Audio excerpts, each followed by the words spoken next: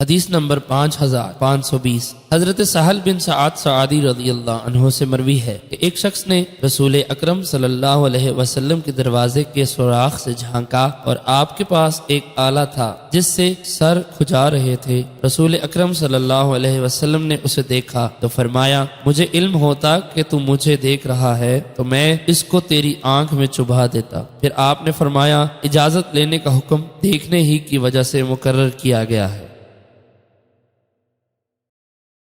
حدیث نمبر 5521 حضرت سہل بن سعد انصاری رضی اللہ عنہ بیان کرتے ہیں کہ ایک شخص رسول اکرم صلی اللہ علیہ وسلم کے دروازے کے سوراخ میں سے جھانک رہا تھا اور آپ کے ہاتھ میں کنگھا تھا جس سے سر انور کو کنگھی کر رہے تھے۔ آپ نے اس شخص سے فرمایا، اگر مجھے معلوم ہوتا کہ تم دیکھ رہے ہو تو میں اس کو تمہاری آنکھ میں چبھا دیتا۔ اللہ تعالیٰ نے اجازت لینے کا حکم نظر کی وجہ سے ہی تو دیا ہے۔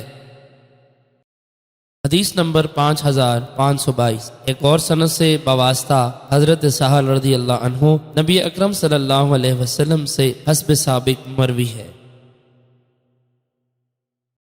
حدیث نمبر 5523 حضرت انس بن مالک رضی اللہ عنہ سے مروی ہے کہ ایک شخص نبی اکرم صلی اللہ علیہ وسلم کے دروازے کے سوراخ سے جھانکا تو آپ ایک تیر یا کئی تیر لے کر اس کی طرف اٹھے۔ میں دیکھ رہا ہوں کہ گویا حضور علیہ الصلوۃ والسلام اس کی آنکھوں میں تیر چبھونے کی تدبیر کر رہے ہیں۔